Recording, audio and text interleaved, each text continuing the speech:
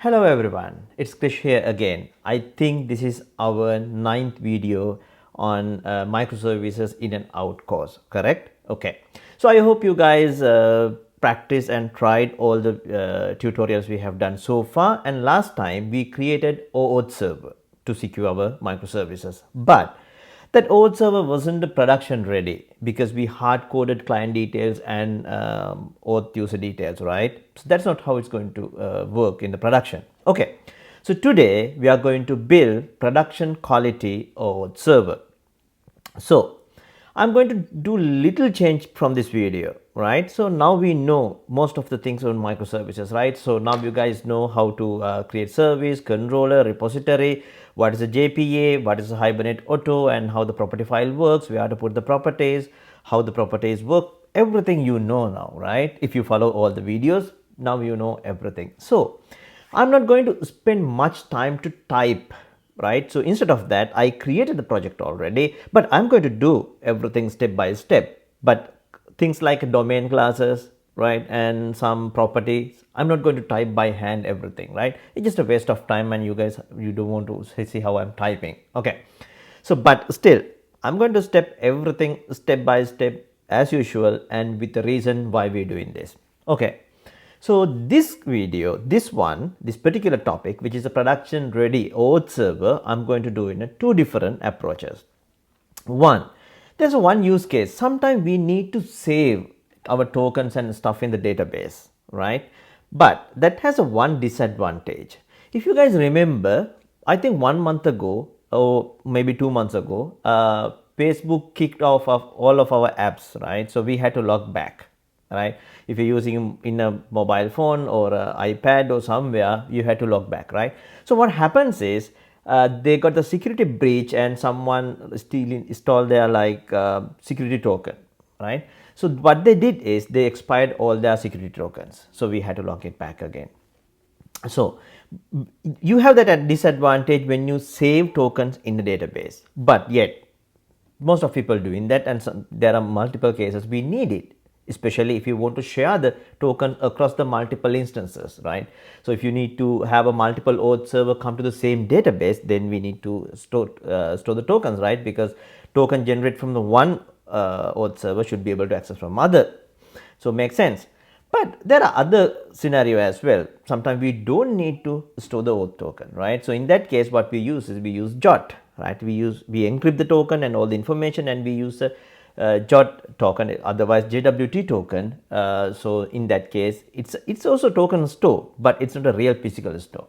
So today I'm going to show you how you can create production grade OAuth server using database level authentication. That means all users and everyone will be in the database. Okay, all right.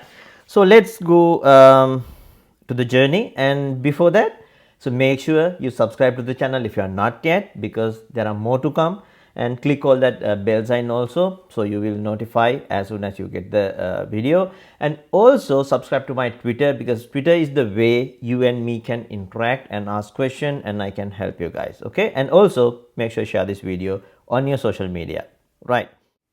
Okay, so we are going to create the project. I'm not going to explain this step by step because now you know enough about this. For this we need Spring Cloud security. Also we need Cloud oAuth2. Also we need web, and also we need MySQL connector, and we need JPA. Okay, so this is pretty much we need. If we need anything else, we can get it later.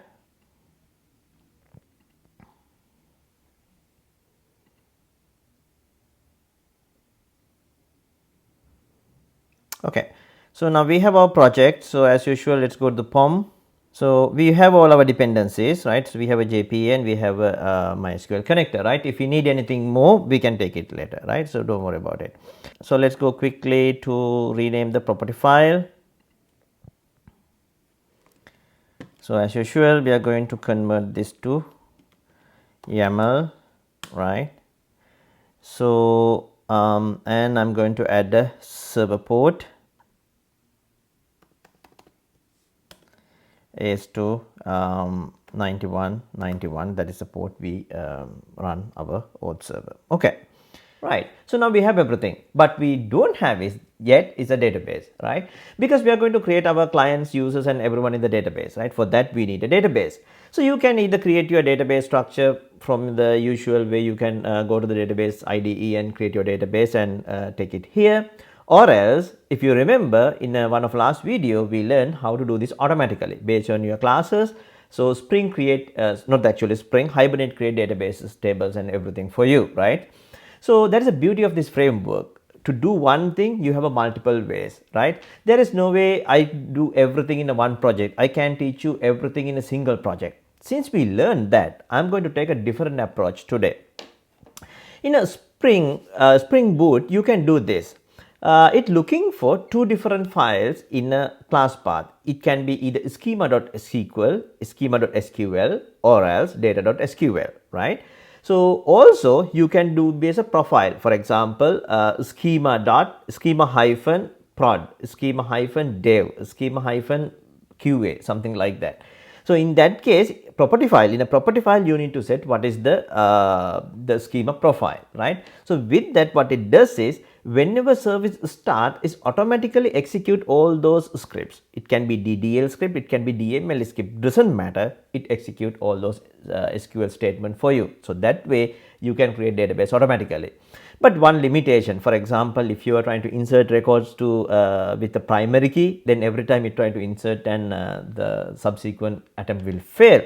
Okay, so what I'm going to do here, I'm going to create a file called schema.sql, right? And also I'm going to create a file called data.sql.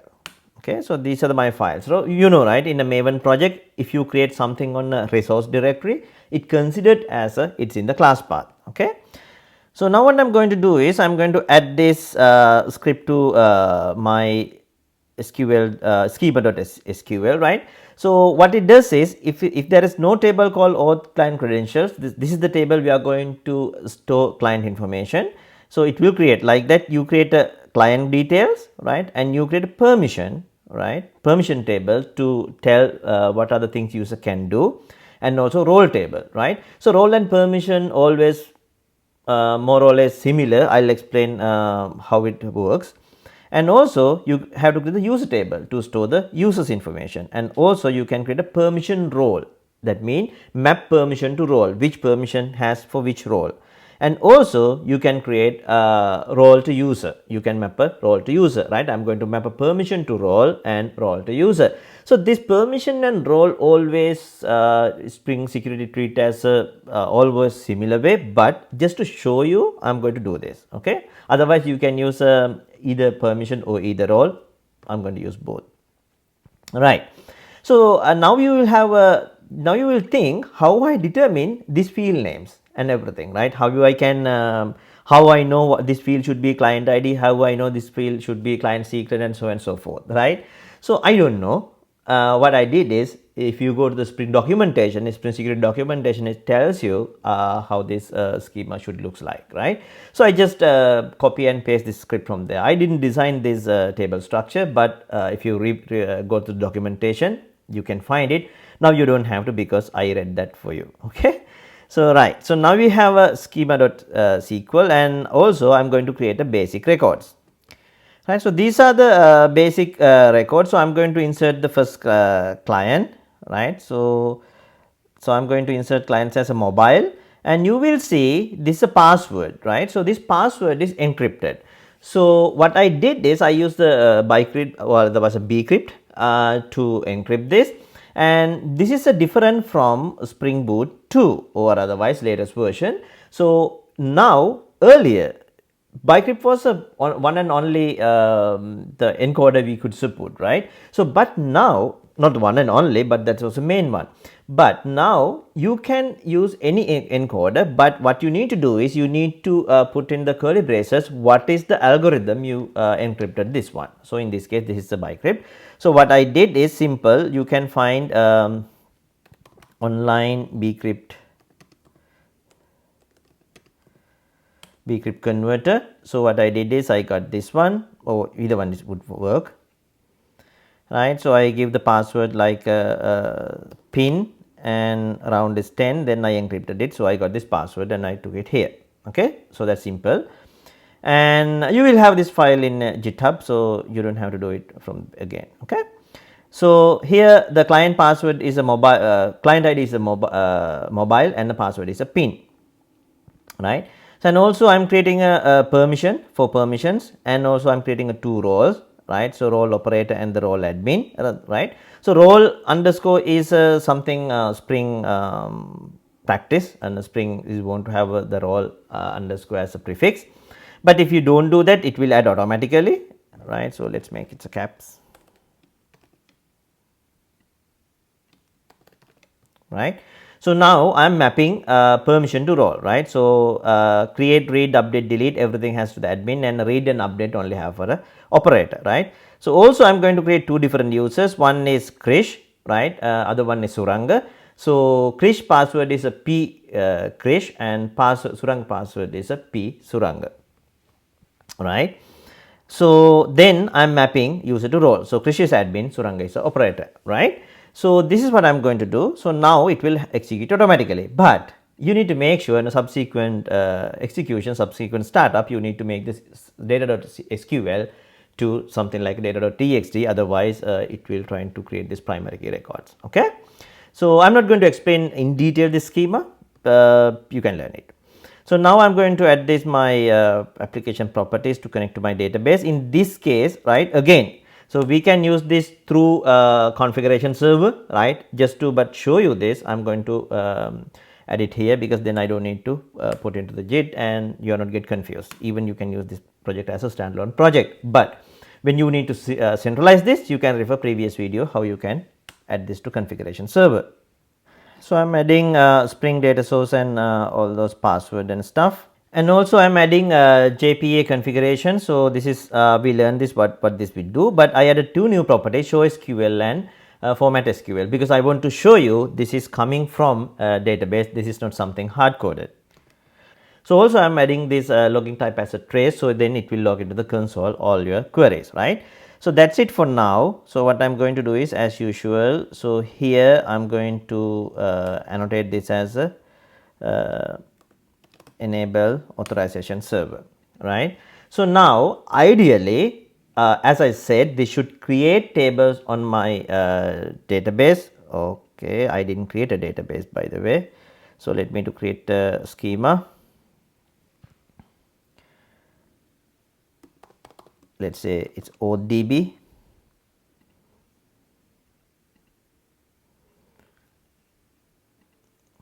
right. So ODB now don't have any tables. Let's add this name to our property file, right. So anyway, I set it to create database if not exist, but in this case now I created, so it won't, right. So that's fine. So even though it's supposed to create table, see, it won't create table, right, because we did not add that property. We'll see. Okay, so it started, and if you go here, no, it don't have.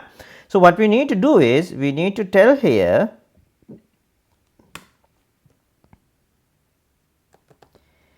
initialize mod always, right, initialize mod always. So let's run again. Okay, so now go back to my database. So here you go, you have tables, right. So you have a client credential table, permission, role and everything. So if you go here, you will have data as well, right. So you have those 2 user records, and if you check the client credentials, you will have client credentials as well, right. So everything is good. So now the problem is, as I explained, if I restart this at one time, so it will give you an error, because it's trying to insert records to with the primary keys. So I'm not going to overcome that. So what I'm going to do is to make it simple. So I'm going to change this to txt, because I don't need this anymore. Okay, so now it's cool. So now if I restart again, I don't have any problem. Okay, good. So now we're good. So let's create required packages for us. So we need model, and also we need service, and also we need repository, and also we need config, right?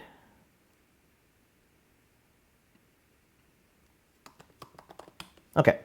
So now last time you remember, right? So we had to override few methods in the auth server, right? So let's do that same thing again. So I'm going to do first web security configuration. So web,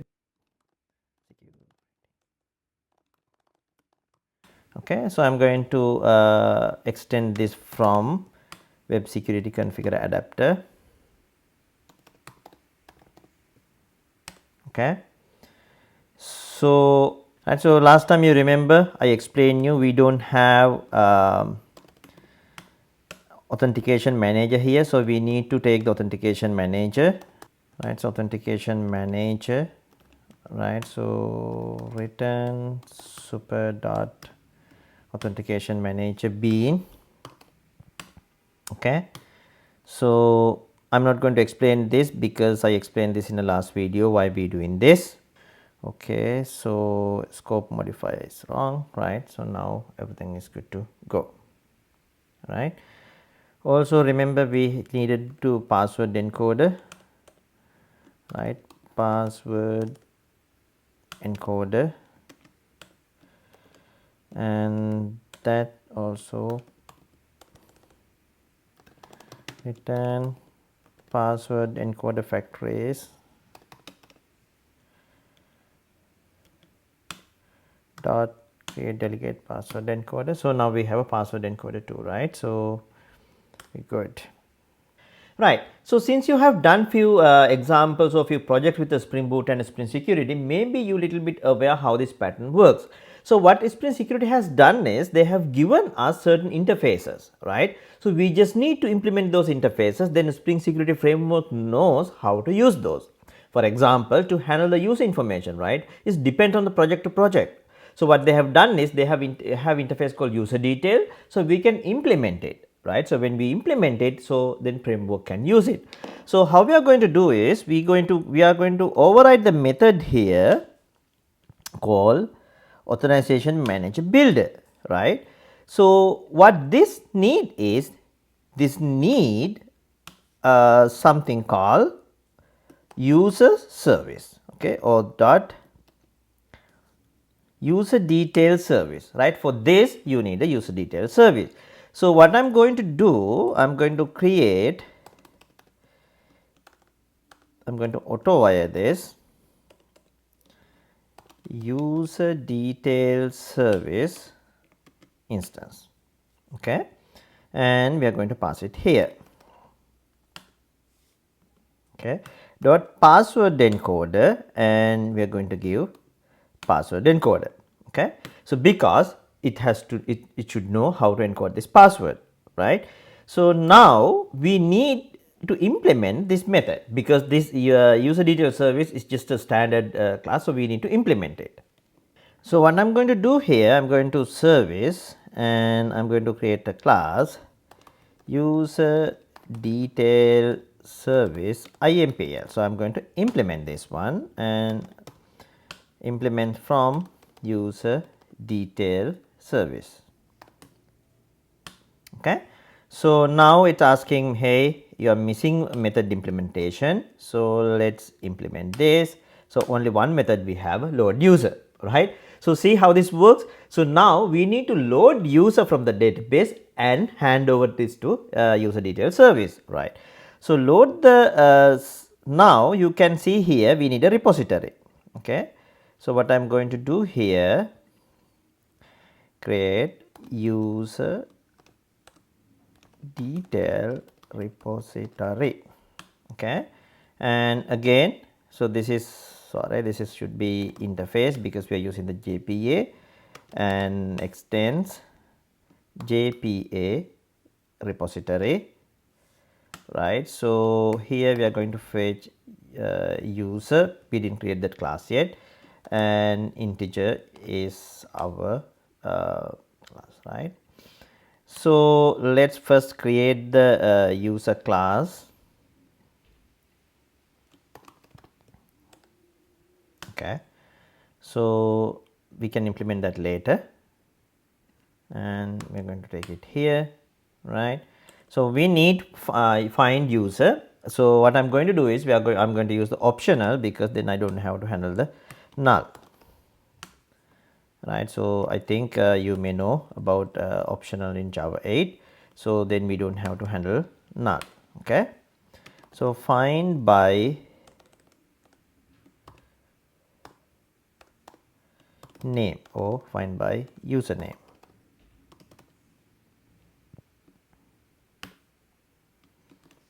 String name. Okay. So this is the method I'm going to use. Okay. In the service IMPL, so here I can get optional user,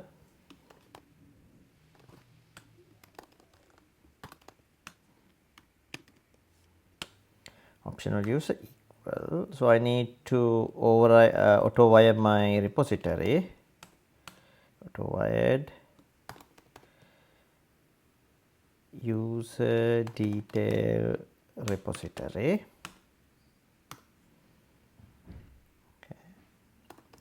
So user detail repository dot find by username, and you pass s. So let me to rename this as a name.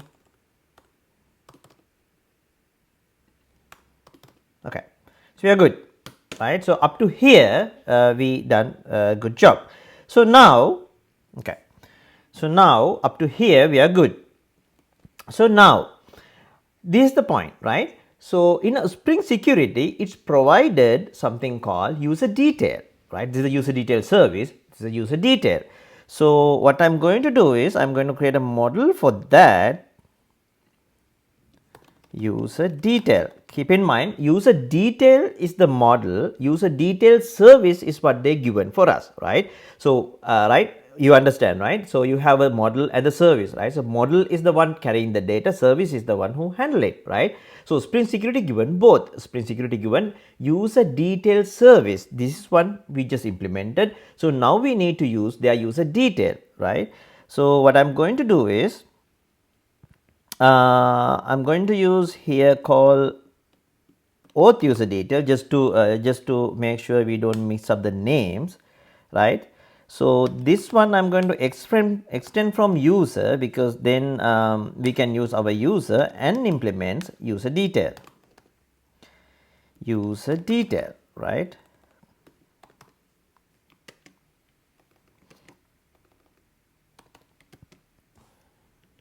User details, right? So now it's asking us to implement the methods. All right, so we're implementing all methods, right? So now we are done, right? Again, let me to explain in 30 seconds. So in a regular service, we have a model, repository, services, right? So repository is the one who connect to the data store, and the model is the one who keep the data or handle the data or model the data, in other words, and service is the one who deal with it. So in a Spring Security, they have given everything as abstract for us. For a model, they have given user detail, so we just implement it, and also they have given us user detail service to handle it. There is a way, instead of creating a user class, you will ask, okay, why did you create a user class? Instead of that, you could create this class directly and annotate with. Yeah, that's true. I don't like to implement my entities from some other interfaces, right? It's nothing wrong by doing that. You could have come here and just say, hey, implements from user detail, nothing wrong. But I like this way, because then everything is separated, my entity is separated, right? So I'm not going to implement this from the beginning. Instead of that, I'm going to copy and paste, because then we can save some time. So I'm going to paste it here, right? So but I'll explain this, okay? So there are one thing you can do. Either you can create getters and setters, or you could use a project Lombok, right? What this project Lombok does is it create getters and setters for you, getters, setters, constructors, toString method, but those default methods, right? So for that, you need to add Lombok into your project. But keep in mind, if you directly cloning this project and trying to use on your IDE, this may not work for you, okay?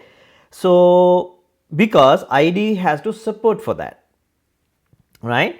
So therefore, okay, so therefore, if you happen to have any errors with this, what you can do is remove this Lombok dependency and generate getters and setters. That's it. It's very simple. So I'm going to go to POM file and add the Lombok dependency, right? So and I'm going to re-import just to make sure. Okay, so I go back here. So now Lombok doesn't give any problem for me. Okay, again, if you get any error, you have two options. One, either you can add the Lombok support to your IDE, whatever you're working on, or else otherwise remove this Lombok dependency and the data annotation, and you can create a getters and setters, right? So, but this will keep code clean, so that's why I did that. Okay, so and also I need the role, right? So I need the role, right? And also I need permission, right? So those are the tables we created.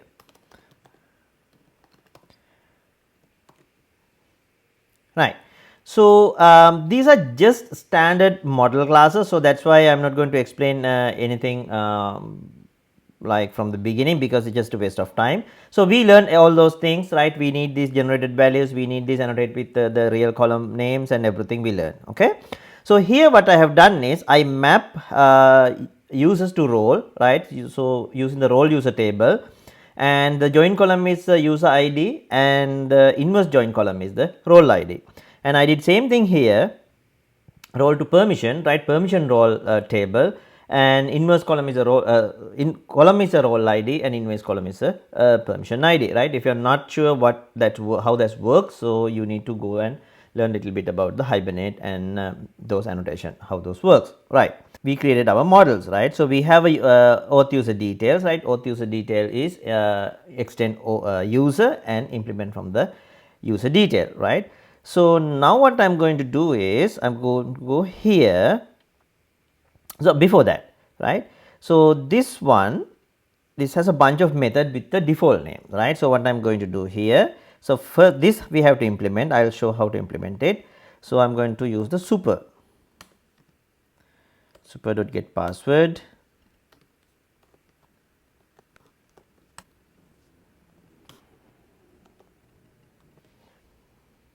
Okay, so now in our auth user detail, in our user class, right? So we create a constructor, right? So we can pass the user object here and it clone it, right?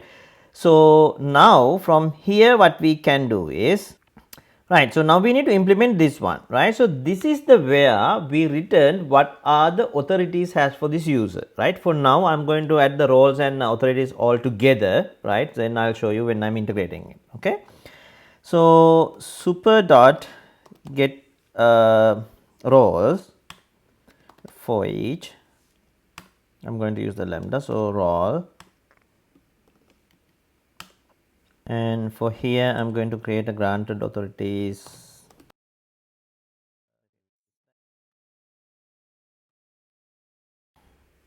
or you can directly use a map and collection.as list here, but to just to show you clearly, if you are not familiar with Java 8 lambda, so I'm going to do little easy way. New simple granted authority role dot get name, and also I'm going to add the permission also into the same list, right? In this case, so what I'm going to do is role dot get permissions dot for each, right? So permission granted authority dot add new simple granted authority get name. Okay, so and finally I'm going to return this. Okay, so this way we are returning my authorities to here, right? So my what are the authorities have for the user, right? So now come back to here, right. So here we got the optional user, right. So now I am going to tell, right. So now what we are going to do, if what happen if a user is not there, or else throw right.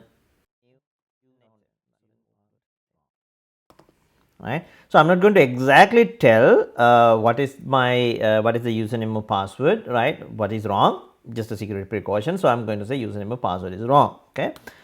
Okay, I cannot do something like this, so I am going to do this.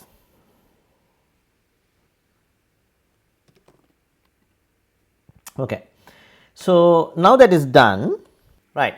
So now we need to, now we have a use object, right. So use object has everything, but what Spring security need is a user detail, not just a user, because though we create a user as our class, but what Spring created is a user detail. So we need to convert this.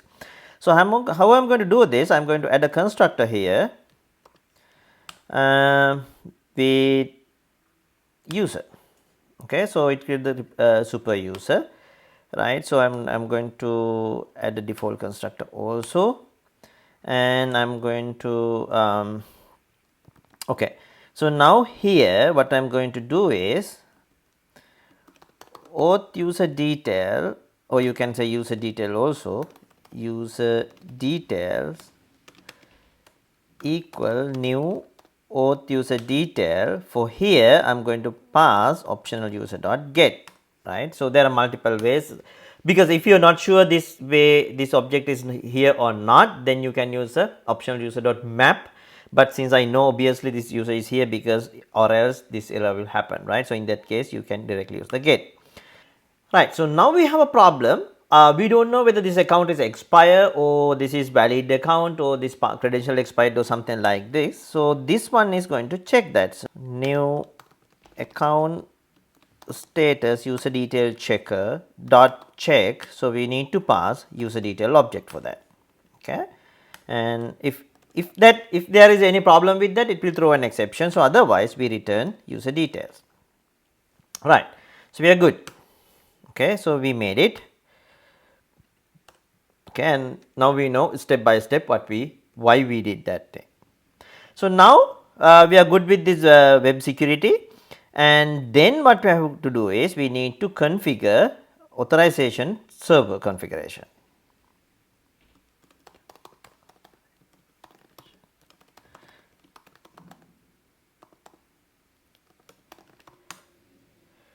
Right. So this going to implement from extend from, or you can do implements as well. There is nothing different. So implements authorization configurer. Okay. So then you have to create these three methods, right. Sometime maybe some tutorials you have seen, like they use a authorization server configure adapter. It just you can do if you want that, right, but it's nothing. So this one, it's nothing but it just again it's just that has empty method, so you don't have to do it. So instead of that you can do it in this way, you can directly implement it, right. So but only thing is I like this to be security.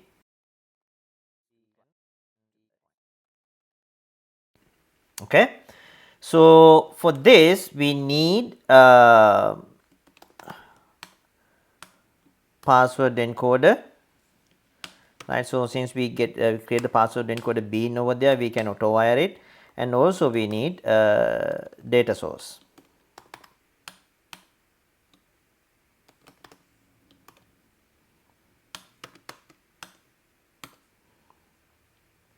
Right. So last time we created a client here as a hard coded, but this time clients come from database. So what we need to do is we need to tell clients dot JDBC, so my data source, and we need to tell what is our password encoder, so that can decode the password and verify the clients, right. So now we configure. This is very simple, right. So we just need to say, hey, clients are saved in the database. This is how we do it. And also we need to tell check token access. This is also I am not going to explain, because last time we did that, so I am not going to explain this again, right. So also we need to auto wire authentication manager,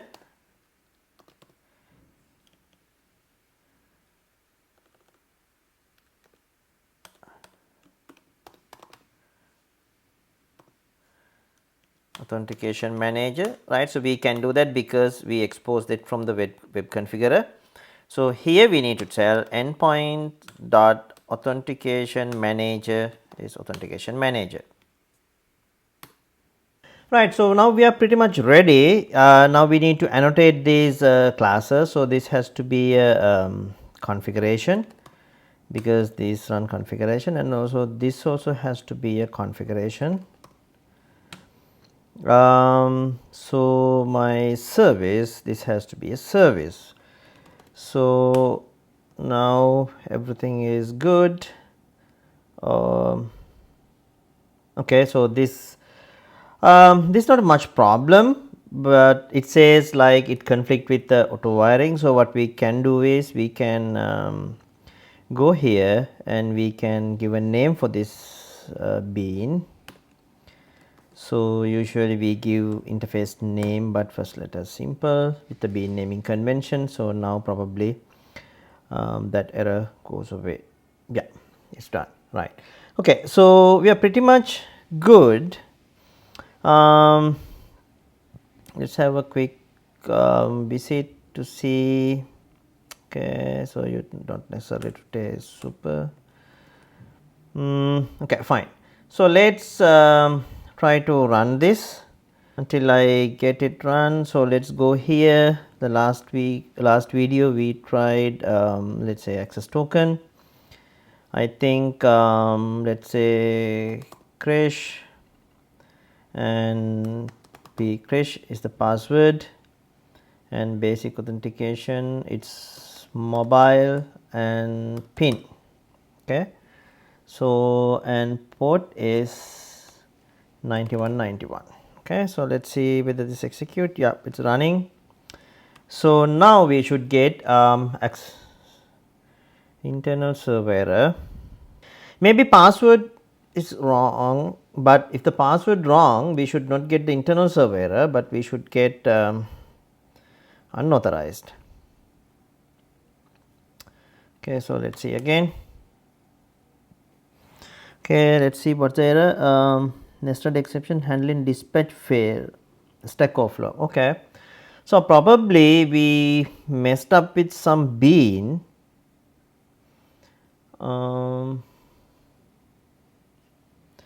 Okay, let's see here. User detail, that's fine. Okay, here no bean. Okay, probably this authentication manager override it's okay. Let's see something like this. Let's change this name.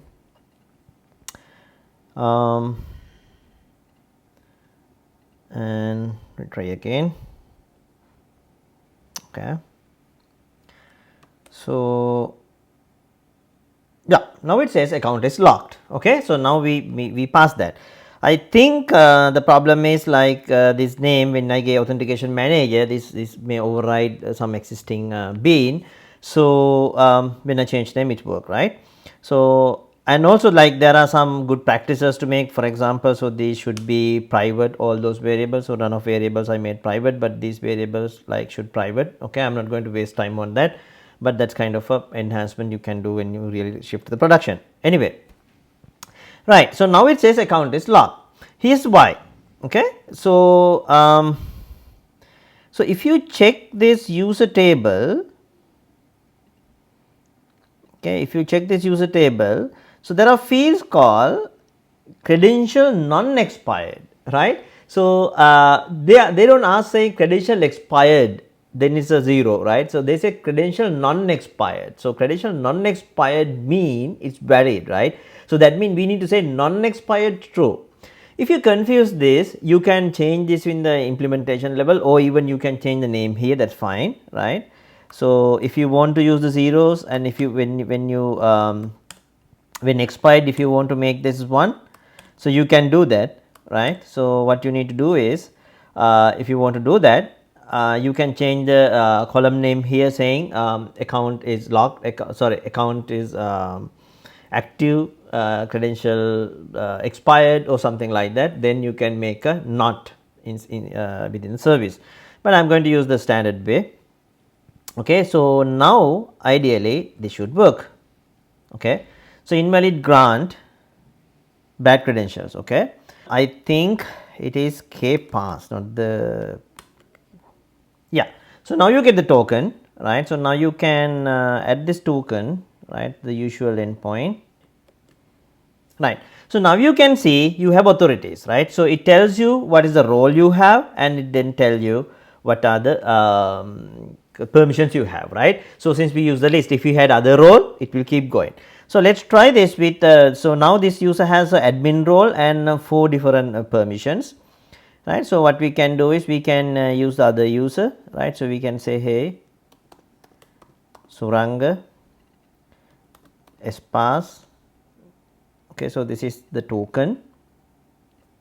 Okay, and we go here to validate the token.